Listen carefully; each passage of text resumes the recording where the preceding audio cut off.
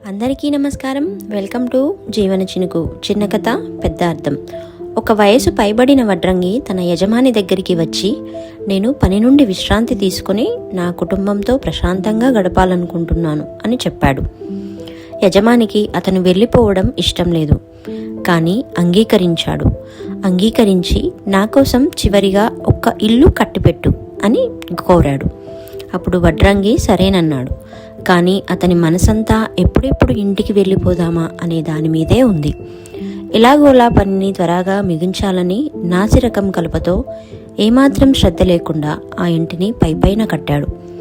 పని పూర్తయ్యాక యజమాని వచ్చి ఆ ఇంటి తాళాలు వడ్రంగి చేతిలో పెట్టి, ఇన్ని సంవత్సరాలు నువ్వు నాకు చేసిన సేవలకు బహుమతిగా ఈ ఇల్లు నీకే ఇస్తున్నాను అని అన్నాడు. అప్పుడు వడ్రంగి ఆశ్చర్యపోయి తాను చేసిన తప్పుకు కుమిలిపోయాడు. తన కోసమే ఇల్లు కట్టుకుంటున్నానని తెలిసి ఉంటే ఎంతో అద్భుతంగా కట్టుకునేవాడిని కదా అని బాధపడ్డాడు.